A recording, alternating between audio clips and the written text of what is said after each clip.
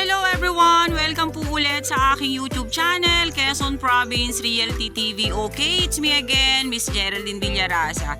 Andito na naman po ako ngayon sa bayan po ng Tagkawayan, Quezon. Meron na naman po akong ilolocate na isang property.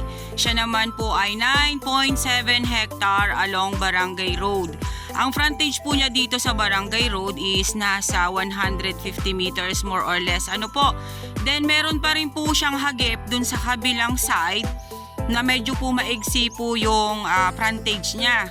Kaya po dun po sa unahan, tinuhog po ng Barangay Road yung property. Marami po sigurong nagtatanong bakit ang mga vlog ko po or ang mga property ko po ay halos nandito lahat sa Tagkawayan, Quezon.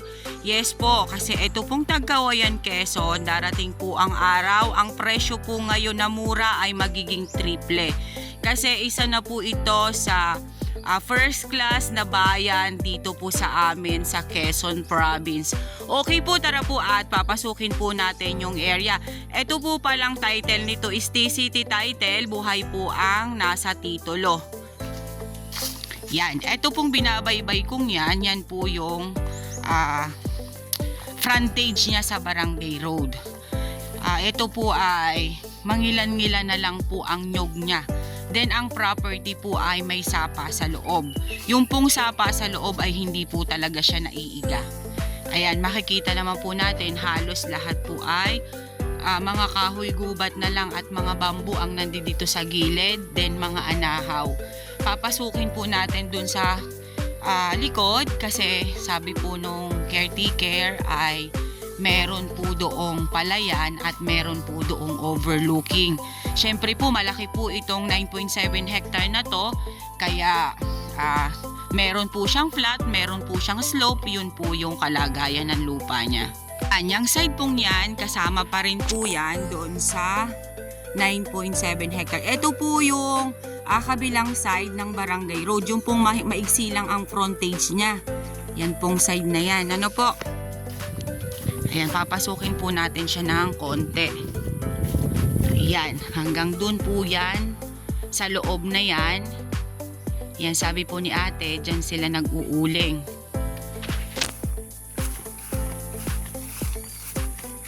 Ito po naman yung sapa na sinasabi ko sa inyo na nasa loob po mismo ng area.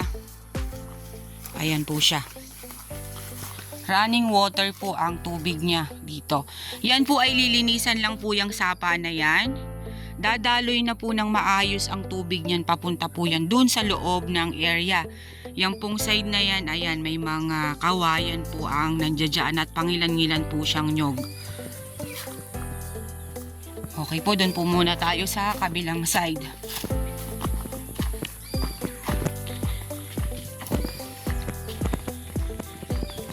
Yan, ito pa rin po yung side ng mahabang frontage dito sa Barangay Road.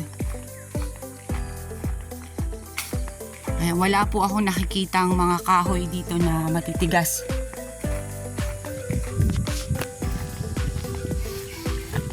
Ayan, halos po lahat ay kahoy gubat. Medyo hindi ko po alam kung anong mga pangalan yan. Ayan, dito pa rin po yung sapa. Nakadugtong nung binidyo ko po kanina doon sa may bandang gitna po ng Barangay Road. Ano po? Yan pa rin po ang property. Yan. Ito po yung kabilang side ng Barangay Road pa rin. Yung pong pinakamaigsing frontage, yan pa po yan. Yan po yung medyo papasok na. Yan, dyan po ay dire-diretso po yan, pantayin po yung side na yan. Then ito pong side naman na to ay medyo po siya umislant ng konti. Then sa loob po niya is pantayin na.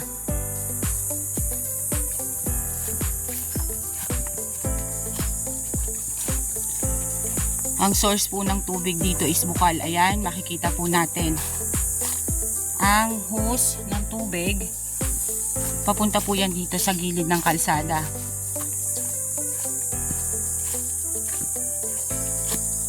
Ayan, papasok na po tayo sa loob ng area.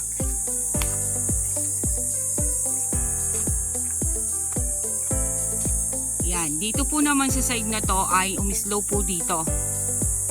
Ayan, may nakita na po akong isang fruit bearings.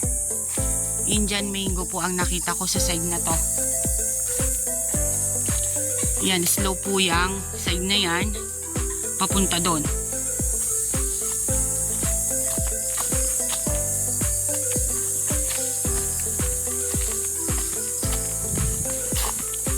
Yan po, slow pa rin po yan.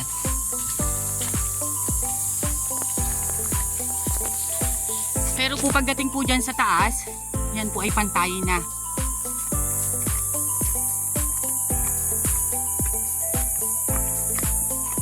Tayo po ay mag-aang gilid lang dito sa property. Ano po? Then ayan, slow pa rin po dito sa side na to, pero bundong po sa gitna naman ulit niya ay pantay.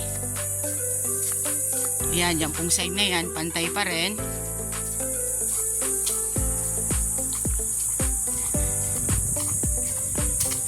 Yan. Pantay na po dito sa nilalakaran ko.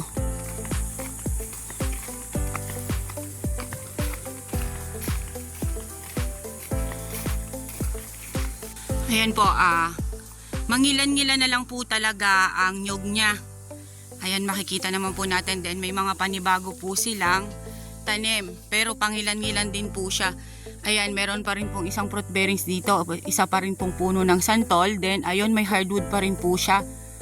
Batino.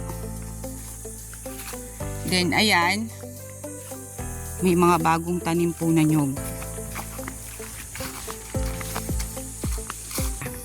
Ito pong side na yan, ayan, pantayin po talaga dito sa side na to. Yan, pag yan po ay nalinisan, pantay din po yung side na yan.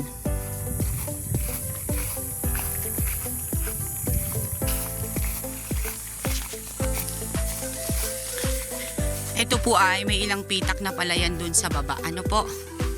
Kaya yan po, ayan ay medyo po dyan sa side na yan ay umislant lang ng konti. Pero itong natututukan po niya ng aking camera, yan po ay pantayin.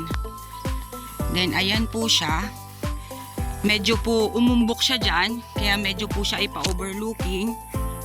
Pero kunting umbok lang naman po siya. Then yan, pantayin na po itong side na to. Yan, batino again. Then ayan, pantay pa rin po dyan sa side na yan.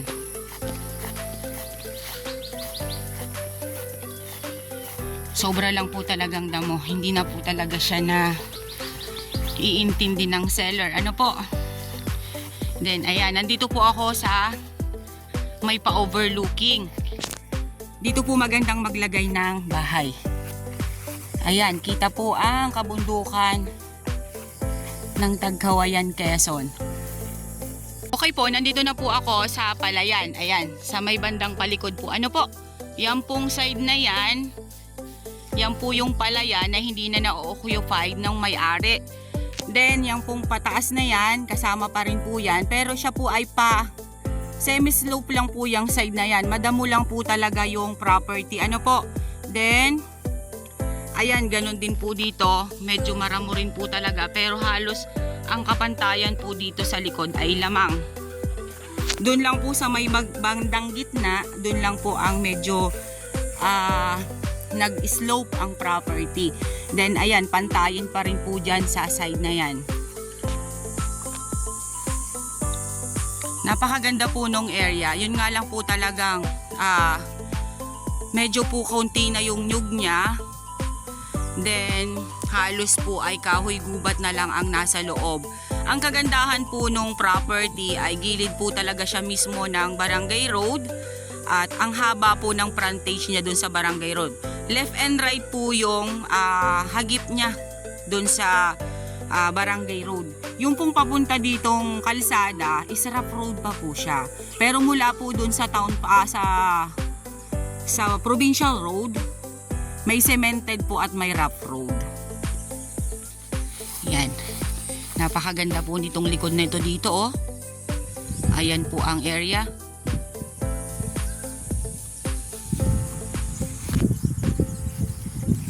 Yung pong price, ilalagay ko na lang po siya sa details. Ano po, kasi hindi ko pa po nakakausap si seller. nagpaalam lang po ako para i-vlog yung property. Then yung price po ay hindi pa po kami nag-uusap. Ilalagay ko na lang po sa details ko. Basta po ito ay 9.7 hectare.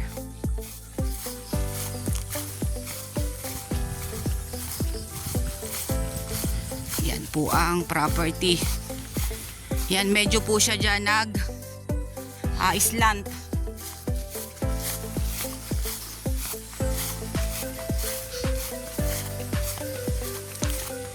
Ayun, meron pa po ako nakitang hardwood.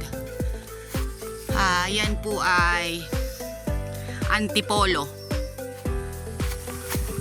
Isa rin po yan sa pinakang matigas na kahoy dito sa amin sa Quezon.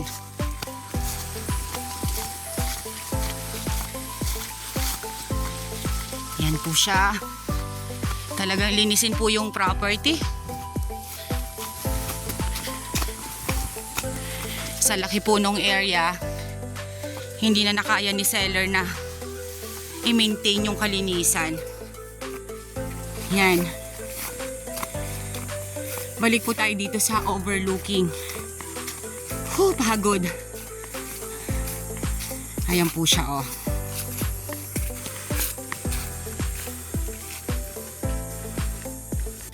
Okay guys, avail nyo na po ang property namin. Dito po ito sa Tagkawayan, Quezon. 9.7 hectare along Barangay Road. Ang frontage po niya sa Barangay Road is nasa 150 meters more or less. Then, ang title po niya ay TCT title. Kakunti na lang po ang mga nyug niya. Ang fruit bearings po niyang nakita ko lang isantol at Indian mango. Sa hardwood naman po ay Batino at Antipolo ang nakita ko dito sa area. Then meron po siyang ilang pitak ng palayan. Then meron din po siyang overlooking. Mula po doon sa National Highway hanggang dito po sa property, ang layo po niya ay 4.5 kilometers. Yung pong about sa price, ilalagay ko na lang po doon sa details kasi hindi pa po kami nag-uusap ni seller about po sa presyo ng property na to. Ano po?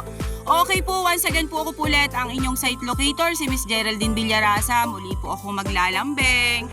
Paki-like and share po ng aking mga vlog and pa-subscribe na rin po ng aking bagong YouTube channel, Quezon Province Realty TV. Okay po, thank you po for watching.